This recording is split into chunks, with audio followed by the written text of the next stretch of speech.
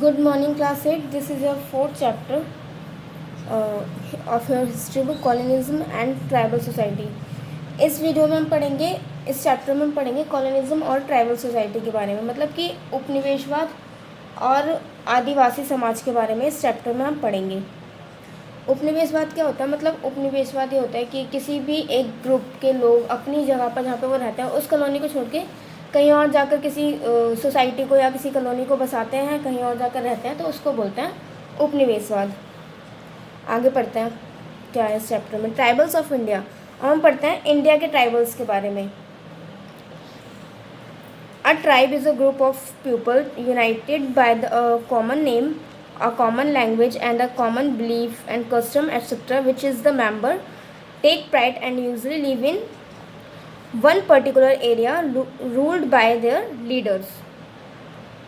जो ट्राइब होता है वो एक ऐसा ग्रुप होता है लोगों का जो कि एक कॉमन नेम या कॉमन लैंग्वेज से बिलोंग करते हैं, फिर उनका एक अलग कस्टम होता है, अलग एक आस्था होती है।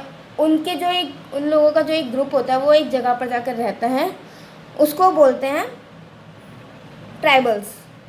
जो आदिवासीज होते हैं, बंजाराज वगैरह, पता होगा आप लोगों को, वो होते हैं tribals. The people related to tribe are tribals called और आदिवासीज।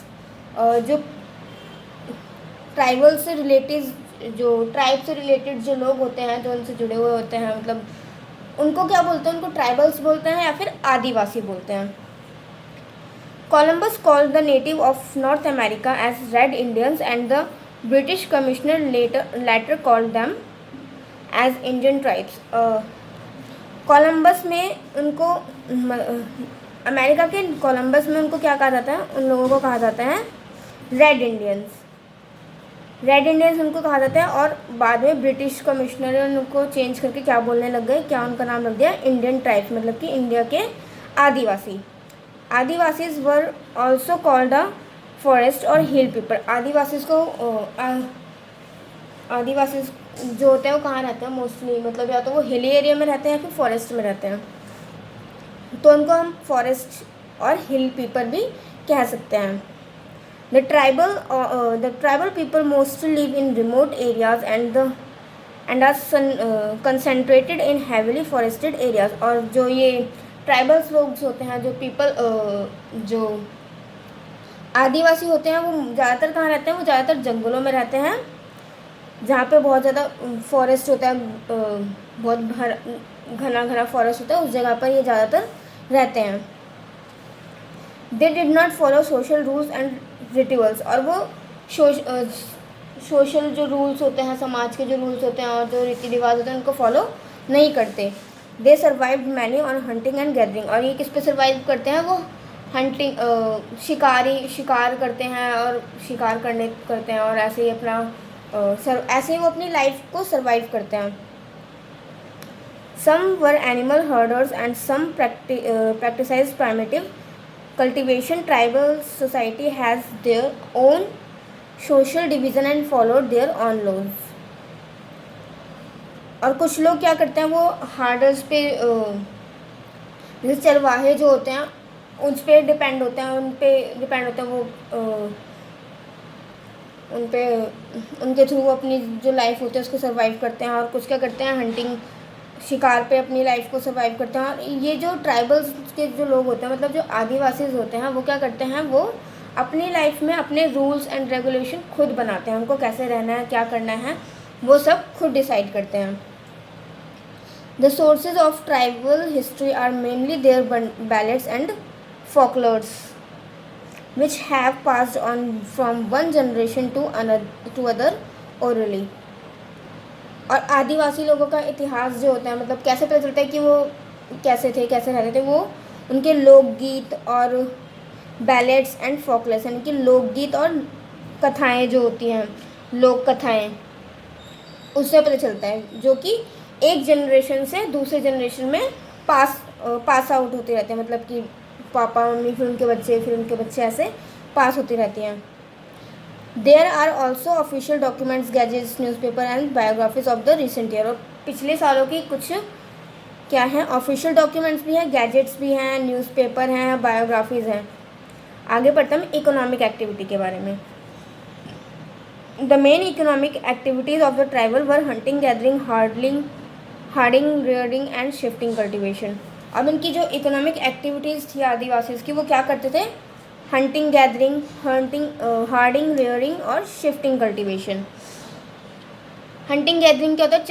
जो चरवाहा होता है, मतलब कि वो अपने पशु को चरने लेके जाते थे, ये सब। और हंटिंग रेयरिंग क्या होता है? पशुपालन, मतलब वो पशुपालन करते थे। अब पढ़ते हैं इनके बारे में। हंटिंग गैदरिंग, मैनी ट्राइब्स वर नॉमैडिक, मतलब जो ट्राइब्स जो थे, मतलब कि बहुत सारे जो आदिवासी थे, वो क्या थे? मतलब घूमते रहते थे, वो घुमक्कड़ होते थे, जैसे कि एक जगह से दूसरी जगह। तो वो क्या करते थे? वो अपने जो उनके पशु होते थे वो उनको लेके जाते थे, उनको चराते रहते थे और इधर से उधर घूमते रहते थे। They were hunter gathers who saw forest indispensable for their survivors, जो कि क्या करते थे? वो अपने जो भी पशु वगैरह होते थे उनको लेकर घूमते रहते थे इधर उधर, और उनको वो अपना चारा चरते रहते थे, और ये फॉरेस्ट में भी घूमते रहते थे ताकि अपना जो जीवन है उसको सर्वाइव कर सकें। Cons living in Odisha regularly as did the forest for hunt for meat, collect fruits and roots, and also extract cooking cooking oil from seed of salt trees and moa, a flower that is eaten or used to make alcohol।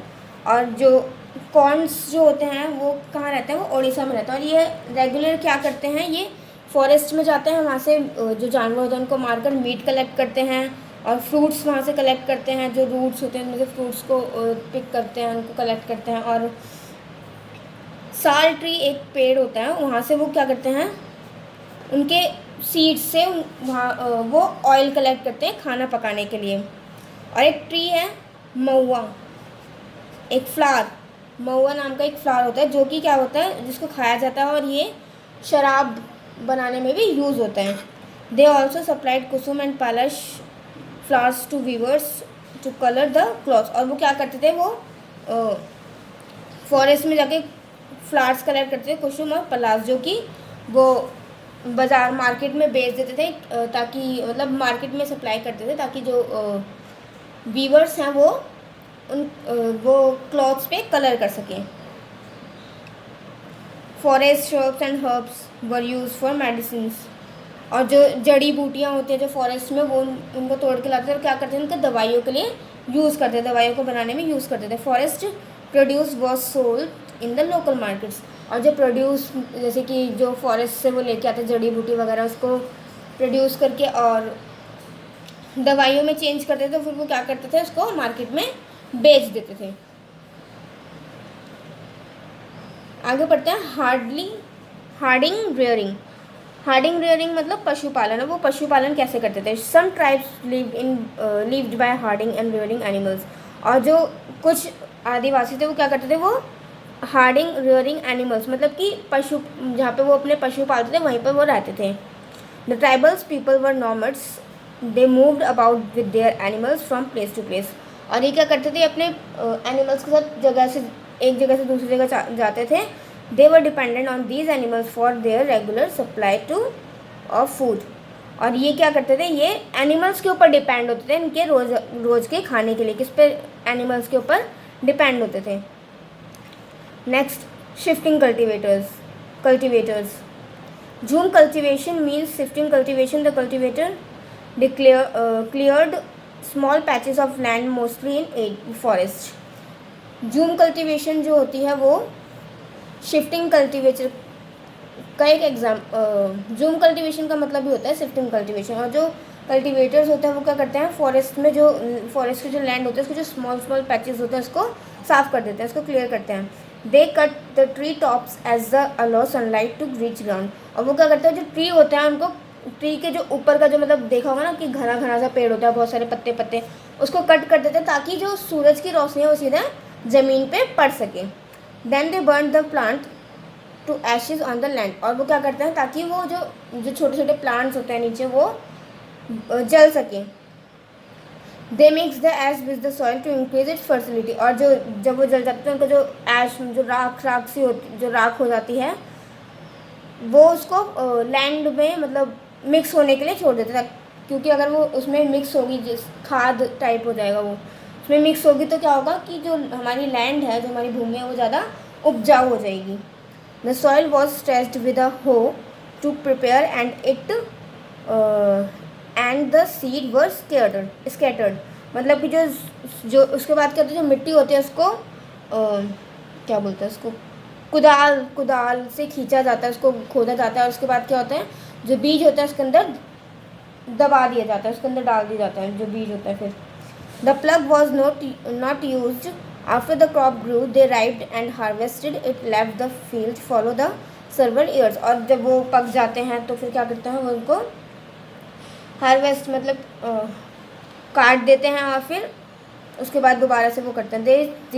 Then they shifted to clear another patch of land in the forest. और फिर वो क्या करते हैं, जब वो उग जाते हैं, जो प्लांट्स जो भी उगने के बाद उनको काटते हैं, और उसके बाद क्या करते हैं, फिर वो दोबारा से वहाँ पर बीज डालते हैं, और फिर उसको